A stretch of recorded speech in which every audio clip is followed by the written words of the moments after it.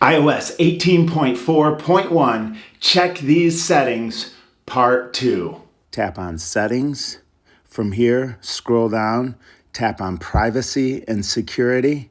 From here, as you can see with location services, I have one, as always, 55 while using. I recommend that you tap here and go down, scroll down through each of these apps and turn as many of these off as possible. I noticed with the update that I had more of them turned on than I thought I did.